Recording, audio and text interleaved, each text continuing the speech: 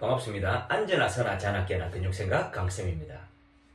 요즘에는요, 일상생활 습관, 직업과 관련된 반복적인 움직임, 그리고 예기치 못한 사고 또는 허리 디스크나 척추 협착증 같은 허리와 관련된 질병으로 인해 허리 통증에 시달리는 사람들이 많습니다. 허리에 통증이 오게 되면 몸을 숙이고 펴기 힘들고 제대로 서거나 걷기도 힘들어지기 때문에 일상생활을 하는데 큰 불편함이 있습니다. 우리는 이럴 때 병원 치료를 통해 허리 통증을 해소하려고 합니다. 당연히 적절한 치료를 받는 것은 필요하지만 이와 더불어 일상생활에서 스스로 허리와 관련된 근육들을 잘 관리해야지만 허리 통증으로부터 완벽하게 벗어날 수 있습니다. 즉, 치료를 받는 것과 스스로 관리하는 것, 이 두 가지가 병행이 되어야 허리 통증을 제대로 케어할 수 있다는 말인데요. 하지만 근육에 대한 전문 지식이 없으면 허리 통증과 관련된 근육이 어떤 것들이 있는지 알기 어렵습니다. 그리고 설령 인터넷 검색으로 허리 통증과 관련된 자료를 찾아보더라도 특정 근육에 대한 언급만 있을 뿐 종합적으로 알려주는 자료를 찾기도 어렵습니다. 그래서 저는 이 영상을 통해서 허리 통증과 관련된 근육들을 종합적으로 알려주려고 합니다. 그러면 지금부터 파트별로 나눠서 살펴볼 건데요. 크게 네 가지 파트로 나눠서 살펴볼 겁니다. 첫 번째 파트, 허리뼈인 요추에 부착하는 근육들. 요추에 부착하는 근육들은 허리를 직접 움직이는 근육들입니다. 그래서 이 근육들이 고장나게 되면 허리에 피로가 쌓여서 허리의 컨디션이 떨어지게 됩니다. 이 쌓인 피로를 해소해주지 않고 방치할 경우 허리에 통증이 발생하게 되고 심한 경우에는 허리 디스크나 척추 협착증과 같은 허리와 관련된 질병으로 발전하게 됩니다. 자, 그러면 어떤 근육들이 있는지 한번 볼까요? 첫째, 광배근. 광배근은 위팔뼈인 상완골과 하부 흉추 및 요추, 그리고 골반에 부착합니다. 광배근이 좋지 못하면 등과 허리에 담이 잘 걸립니다. 그리고 특히 팔로 무거운 물건을 들다가 허리에 통증이 발생하는 경우에 광배근은 반드시 관리해야 하는 근육입니다. 둘째, 척추 기립근. 우리가 흔히 척추 기립근이라고 알고 있는 이 근육은 척추를 기립하는 여러 가지 근육들을 모두 합쳐서 부르는 말인데요. 척추 기립근의 구성 근육으로는 췌장근, 장르근, 극근, 방극근, 다혈근, 회성근이 있습니다. 척추 기립근은 머리의 뒤통수부터 시작해서 골반의 꼬리뼈까지 이어져 있는데요. 허리에 통증이 있다면 허리 부분의 척추 기립근뿐만 아니라 허리 주변의 등 하부와 골반 부분의 척추 기립근까지 함께 관리해야 합니다. 셋째, 하호거근. 하호거근은 등 하부와 허리 상부에 톱니 모양으로 붙어서 척추와 늑골을 연결하고 있습니다. 그리고 하호거근은 아래로 지나가는 척추 기립근을 마치 테이프를 붙여놓은 것처럼 덮고 있으면서 척추 기립근의 안정성을 제공하는 근육이기도 합니다. 이런 하호거근이 고장나면 심한 통증이 오기보다는 허리가 약간 뻐근하면서 뭔가 불편한 듯한 성가신 통증을 일으키게 됩니다. 이렇게 심하게 아프지 않을 때 대수롭지 않게 여기고 방치하게 되면 그 문제가 척추 기립근까지 미치게 되기 때문에 허리가 조금 불편하다 싶을 때 하호거근을 미리 관리해 놓는 것이 좋겠습니다. 넷째, 요방형근. 요방형근은 허리 디스크와 많은 연관이 있는 근육인데요. 마지막 12번째 늑골, 요추의 횡돌기, 골반에 있는 장골이 둥근 능선에 부착합니다. 요방형근은 허리의 보디가드라는 별명이 있는데요. 이런 요방형근이 고장나게 되면 똑바로 서거나 걷지도 못할 만큼 아주 심한 허리 통증이 발생하게 됩니다. 허리를 삐끗하고 나서 뜨끔뜨끔한 통증 때문에 몸을 이러지도 저러지도 못한다면 반드시 요방형근을 잘 관리해야 합니다. 다섯째, 장요근. 장요근은 요추, 골반의 장골, 넙다리뼈인 대퇴골에 부착하는 근육으로 허리와 고관절의 움직임에 관여하고 우리 몸의 직립 자세를 유지하기 위해서 쉴 새 없이 수축하면서 조절하는 작용을 합니다. 장요근이 고장나게 되면 허리뼈인 요추를 따라 수직으로 통증이 발생하고 심한 경우 엉치뼈인 청골과 엉덩이 윗부분까지 통증이 확장됩니다. 네, 이렇게 허리뼈인 요추에 직접 부착하는 근육들을 알아봤습니다. 그러면 이제 다음 파트로 넘어가겠습니다. 자, 두 번째 파트. 골반과 고관절을 움직이는 근육들. 허리 통증과 관련이 있는 골반과 고관절을 움직이는 근육들에는 대둔근, 중둔근, 소둔근, 이상근, 내전근이 있습니다. 이 근육들은 우리가 이제 앉거나 서거나 또는 걷거나 뛸 때 골반을 안정화시키는 역할을 합니다. 그리고 이 근육들이 고장나면 골반이 틀어지게 되고, 골반이 틀어지면 골반 위에 있는 허리의 균형 역시 무너지게 됩니다.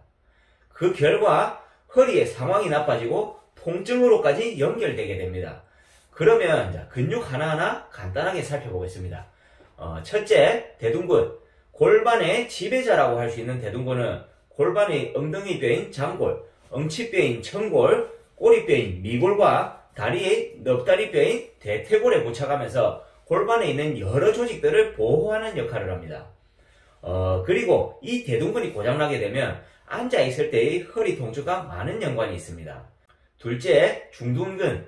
중둔근은 대둔근보다 한층 깊은 곳에 있는 근육인데요. 골반의 장골 및 다리의 대퇴골에 부착하면서 대둔근과 함께 골반을 안정화하고 보호하는 역할을 합니다. 이 중둔근은 거의 모든 허리 통증과 연관이 되기 때문에 허리가 아프면 무조건 관리해야 하는 필수 근육이기도 합니다. 그리고 앞서 살펴본 대둔근이 앉아있을 때의 허리 통증과 관련이 있었는데요. 중둔근은 서있을 때의 허리 통증과 많은 관련이 있습니다. 셋째, 소둔근. 중둔근 안쪽에 있는 소둔근은 골반의 장골 및 다리의 대퇴골에 붙어 있으면서 중둔근을 보조하는 역할을 합니다.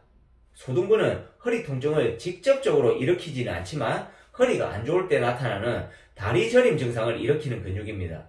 그래서 붙여진 별명이 가짜 허리 디스크 근육, 가짜 좌골신경통 근육입니다. 그래서 허리에 통증이 있으면서 다리까지 저리다면 무조건 관리해야 하는 근육입니다. 넷째, 이상근. 이상근은 소둔근과 같은 깊이에 있는 근육으로 골반의 엉치뼈인 청골 및 다리의 대퇴골에 부착하고 대둔근을 도와 고관절을 외회전하는 기능을 합니다.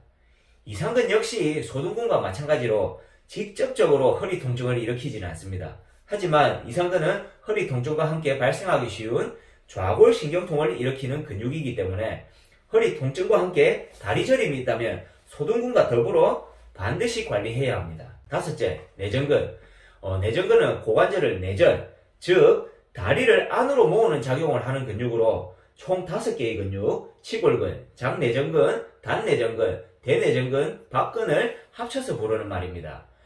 내전근 역시 직접적으로 허리 통증을 일으키지는 않습니다. 그러나 허리 통증을 일으키는 대둔근 및 중둔근과 반대작용을 하면서 상호 보완적인 관계에 있는 근육이기 때문에 허리 통증을 보다 효과적으로 다루기 위해서는 대둔근 및 중둔근과 함께 관리하는 것이 좋습니다. 네, 이렇게 골반과 고관절을 움직이는 근육들을 허리 통증과 연관해서 알아봤습니다. 그러면 또 다음 파트로 넘어가겠습니다. 이제 세 번째 파트, 복부의 근육들. 복부의 근육들에는 복직근, 외복사근, 내복사근, 복횡근이 있습니다. 이 근육들은 갈비뼈인 늑골, 골반의 치골과 장골에 붙어서 몸통의 앞과 옆을 넓게 덮고 있습니다. 그리고 이 근육들은 중요한 코어 근육으로 몸통의 안정화 및 균형 유지에 중요한 역할을 하기 때문에 허리의 안정성과도 많은 관련이 있습니다. 그래서 복부의 근육들이 고장나게 되면 허리에 악영향을 미칠 수 있기 때문에 허리 통증이 있다면 복부의 근육들도 반드시 잘 관리해야 합니다. 이어서 네 번째 파트, 다리를 움직이는 근육들. 다리를 움직이는 근육들은 무릎 및 발목과 발을 움직이는 근육들이라고 할 수 있습니다. 이 근육들은 허리와 어떤 연관이 있을까요? 대부분 허리 때문에 다리가 안 좋아진다고 알고 있는데요. 그러나 그 반대 입장 역시 성립합니다. 우리는 무릎이나 발목 또는 발에 통증이 있으면 제대로 서거나 걷지 못합니다. 그렇게 되면 뒤뚱거리거나 쩔뚝거리면서 생활할 수밖에 없는데요. 이러한 행위 자체가 골반의 균형을 무너지게 하고 그 결과 허리까지 악영향이 미치게 됩니다. 그러면 어떤 근육들이 있는지 살펴보겠습니다. 첫째, 대퇴사두근과 햄스트링. 대퇴사두근은 허벅지 앞쪽에 위치해서 무릎을 펴는 기능을 하고, 햄스트링은 허벅지 뒤쪽에 위치해서 무릎을 굽히는 기능을 합니다. 대퇴사두근은 무릎 통증 선물 세트라고 부를 정도로 무릎 두꺼뼈인 슬개골 주변으로 나타나는 모든 통증과 연관이 있습니다. 그리고 햄스트링이 유연하지 못하다면 그 유연성을 허리에 있는 근육들이 대신해야 되기 때문에 허리 통증과도 연관을 지을 수 있습니다. 또 햄스트링은 허벅지와 무릎 뒤쪽의 통증과 관련되기도 합니다. 그래서 허리가 아프기 전에 무릎이 먼저 아팠거나 허리와 무릎이 같이 아프다면 대퇴사두근과 햄스트링도 반드시 관리해야 합니다. 둘째, 발목과 발을 움직이는 근육들. 발목과 발은 우리가 서 있거나 걸을 때 충격을 흡수하고 몸의 균형을 잡아주는 아주 중요한 역할을 합니다. 발목과 발에서 균형이 무너지면 무릎이 불안정해지고 무릎이 불안정해지면 골반이 틀어지게 됩니다. 골반이 틀어지면 허리에 통증이 발생할 수밖에 없습니다. 허리가 아프기 전에 발목이나 발이 먼저 아팠거나 허리와 함께 발목이나 발이 아프다면 반드시 관련 근육들을 관리해야 합니다. 발목과 발을 움직이는 근육들에는 비복근, 가자미근, 정경골근, 후경골근, 비골근, 장지골근, 장모지골근, 장지신근, 장모지신근, 단지골근, 단지신근, 발의 골반근, 모지외전근, 모지내전근, 소지외전근 등 수많은 근육들이 있습니다. 네, 이렇게 허리 통증과 관련된 여러 근육들을 알아봤는데요. 이 근육들을 관리하기 위해서는 반드시 굳은 근육을 풀어주고 그 근육의 기능을 회복할 수 있는 운동을 함께 해줘야 합니다. 근육별로 관리할 수 있는 구체적인 방법은 저의 근육의 재구성 온라인 강의를 통해 만나볼 수 있는데요. 영상의 상세 페이지와 고정 댓글에 10% 할인 링크를 남겨놓겠습니다. 그리고 이 영상의 내용을 글로 정리한 것을 제 블로그에 남겨놓을 테니까 필요한 분들은 활용하시길 바랍니다. 이것도 영상의 상세 페이지와 고정 댓글에 링크 남겨놓겠습니다. 자, 그러면 이 영상을 보는 모든 분들이 하루빨리 허리 통증에서 자유로워지길 바라면서 이번 영상은 여기까지 하겠습니다. 지금까지 안전하서나 자나깨나 근육생각 강쌤이었습니다. 감사합니다.